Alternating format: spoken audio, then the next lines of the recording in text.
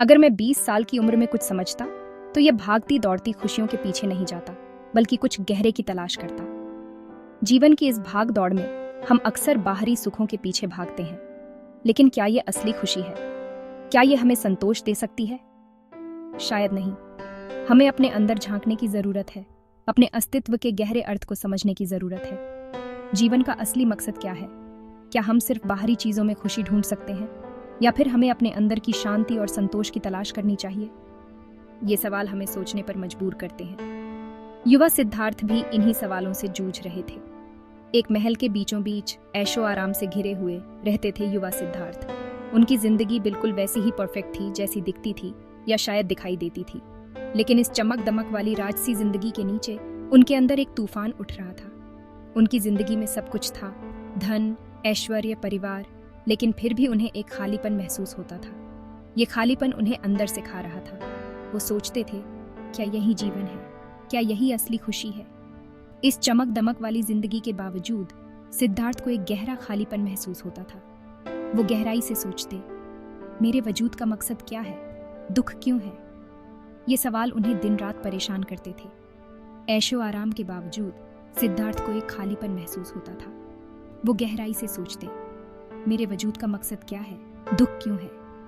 ये सवाल उन्हें दिन रात परेशान करते थे। जितना वो एक्सपीरियंस करते उतना ही साफ होता जाता, असली खुशी इन ऊपरी सुखों में नहीं है। वो गहराई से सोचते, मेरे वजूद का मकसद क्या है? दुख क्यों है? ये सवाल उन्हें दिन रात परेशान करते थे। जितना वो एक्सपीरियंस करते उतना ही साफ होता जाता, असली खुशी इन ऊपरी सुखों में नहीं है। इस भीतरी कॉन्फ्लिक्ट ने उन्हें एक सफर पर ले गया। ये सवाल उन्हें दिन रात परेशान करते थे। जितना वो एक्सपीरियंस करते उतना ही साफ होता जाता, असली खुशी इन ऊपरी सुखों में नहीं है। इस भीतरी कॉन्फ्लिक्ट ने उन्हें एक सफर पर ले गया। इस सफर में उन्होंने बोधि वृक्ष के नीचे ध्यान करते हुए आत्मज्ञान प्राप्त किया।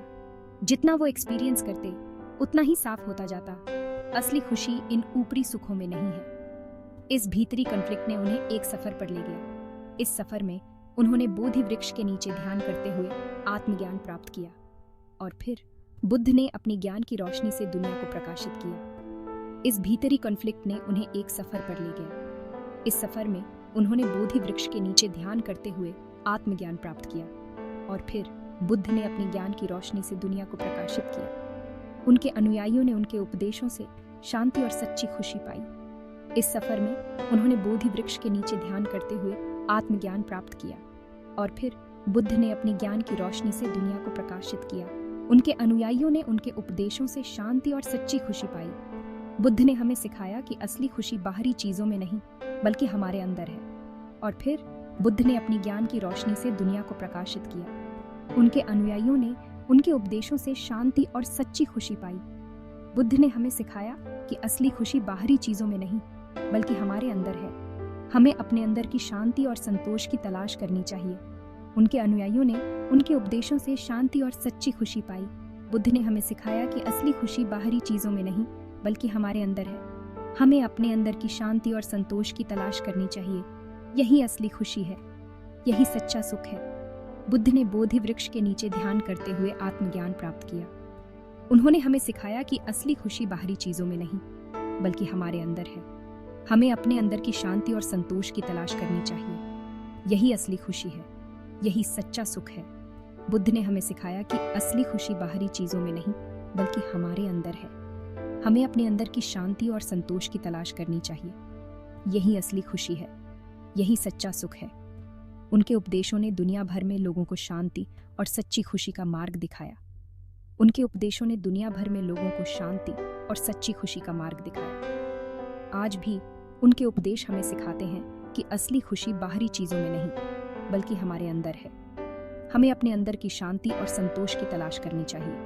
यही असली खुशी है, यही सच्चा सुख है। आज भी उनके उपदेश हमें सिखाते हैं कि असली खुशी बाहरी चीजों में नहीं, बल्कि हमारे अंदर है।